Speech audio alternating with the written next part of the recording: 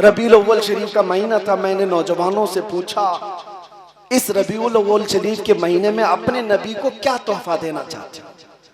जाहिर सी बात है, जुलूस में बहुत कुछ सजाते हो, सब अपनी जगह पर, अपने अखलाक से कोई तो हुजूर को तोहफा दोगे।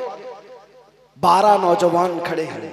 कहा, हम यहाँ ऐलानन ये कहते हैं, सबके सामने अहद करते हैं, हलफ उठाते हैं, शादीशुदा नहीं है, हम शादी करेंगे बगैर किसी जहेज के और सुन्नत रसूल के मुताबिक। मेरे अजीजों, ये कोई बड़ी कुर्बानी की बात नहीं है। अल्लाह ने तुम्हें मर्द बनाया है, भिखारी नहीं बनाया। मर्द बनाया, दोनों हाथ दिए हैं, कमाओ और खिलाओ अपनी बीवी को। एक लुकमा खिलाना सदके का सवाब है। और ये मांगने का रिवाज, इसी इलाके से एक फोन हमें आया था कि शादी है बहन की और उसमें हमारे जीजा को जो है बाइक देना है, उसके लिए कुछ ताउन होगा। ताउन के लिए वो चंदा मांग रहे हैं, बाइक देना है। हमने कहा, हम ऐसा ताउन नहीं करते बाइक देने के लिए, कार देने के लिए, बल्कि आपके लिए हम ताउन ये करेंगे, ऐसी शादी ही ना करो जहां कोई भिखारी आपकी बहन के सदके में बाइक मांग रहा हो। हम इस चीज के कायल नहीं है।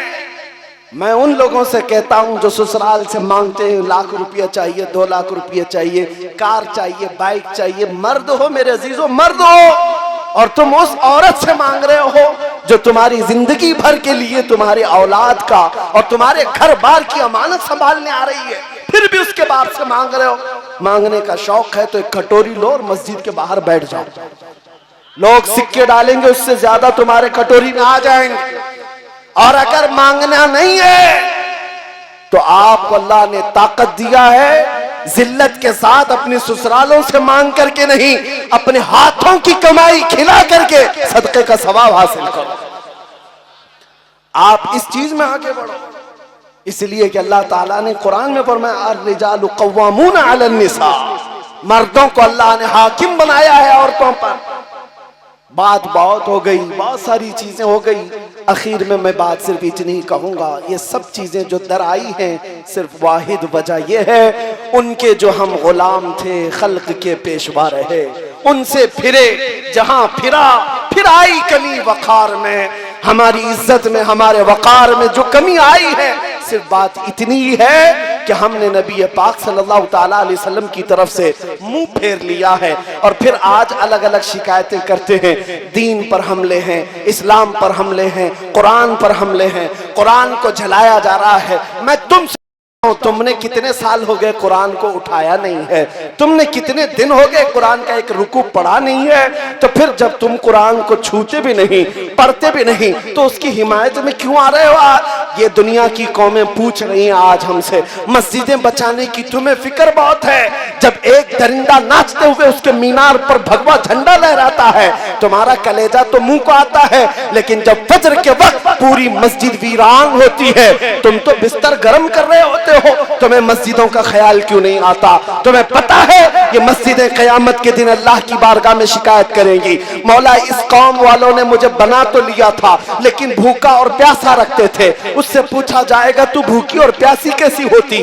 वो कहती है जब अजान होती थी मुझे भूख लगती, अगर ये आ जाते तो मेरी भूख मिट जाती, मगर इन्होंने सफों को कभी भरा नहीं है, मुझे भूखा ही रखा, मुझे प्यासा ही रखा।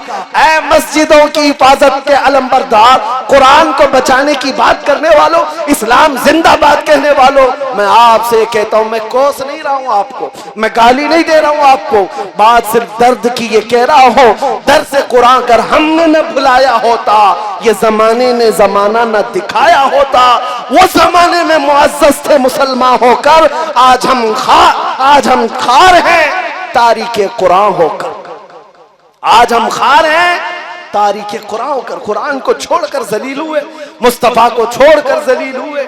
इसलिए अहद करो, उठो उठो, वो करना हश्र न होगा फिर कभी, दौड़ो के जमाना चाल अपनी चल गया।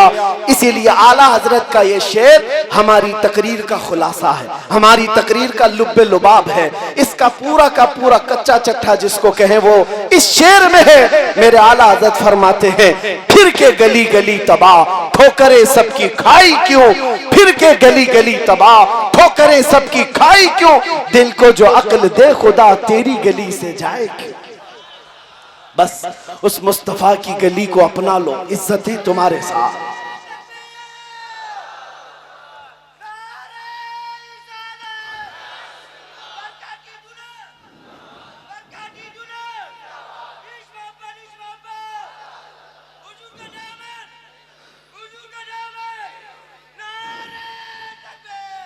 मेरे अजीजों, याद तक जो बातें थी, बस मैं दो चंद बातें बड़े दिनों से मेरे गोशे जहन में थी तो आपके सामने अर्ज कर दे रहा हूं, इसलिए कि ये बरकाती मिंबर है, यहां से हमेशा इस्लाह की बात होती रही है।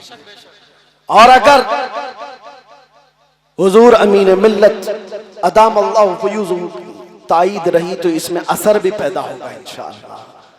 उलमाए किराम, हमारे इख्तिलाफात बहुत हैं, बहुत सारे इख्तिलाफात हर ज़माने में रहे, और मेरे आका के फरमान के मुताबिक उम्मत का उलमा का इख्तिलाफ उम्मत के लिए रहमत है। लेकिन इस इख्तिलाफ की दो किस्में, मजमूम और महमूद। इख्तिलाफ मजमूम वो है जिसमें गाली गलोच होने लग जाए, ये मौलवी की वो पैजामा पकड़कर खींचे, वो इसकी खींचे, और दोनों एक दूसरे के खानदानों पर ताने कसने लग जाए, ये मजमूम है। इख्तिलाफ महमूद क्या है? किसी दलील पर आपका इत्तेफाक नहीं, आपको इख्तिलाफ करने का हक है लेकिन गाली देने का हक नहीं। आप एक दूसरे के दामन को खींच करके उसको जलील ना करो। मैं एक मिसाल आपको बता दूं, इमाम शाफई रहमतुल्लाह तआला अलैह बहुत बड़े उस्ताद हैं, इनके शागिर्द इमाम अबू मूसा अल-माज़नी। उस्ताद और शागिर्द में एक मसले में इख्तिलाफ हो गया। पढ़ाने के वक्त इमाम शाफई एक मसले के जवाज के कायल हैं और शायद शागिर्द कह रहे नहीं ये जायज नहीं है, आपकी दलील से मुझे इत्तेफाक नहीं। इमाम शाफई ने कहा ठीक है, अगर तुम्हें इत्तेफाक नहीं है तो छोड़ो। फिर शागिर्द उठकर चले गए, उस्ताद की दरसगाह भी छोड़ दिया।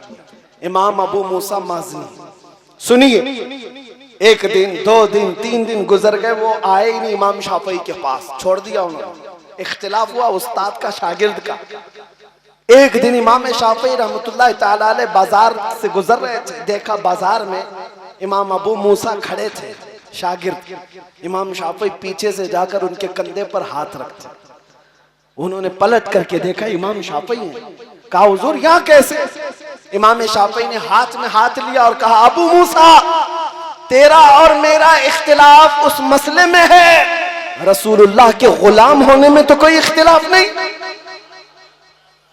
मैं भी उस रसूल का गुलाम हूं जिस रसूल का तू गुलाम है, इसमें तो हमारा कोई इख्तिलाफ नहीं। ये हमारे बड़ों के इख्तिलाफ थे कि मसले में अगर इख्तिलाफ हो भी जाए, वो असल को देखते थे कि हमारी जड़ तो रसूलुल्लाह ही है। दूसरी चीज मैं आपको बताऊं, इमाम अहमद बिन हम्बल, ये उलमा के सिलसिले में बात चल रही है,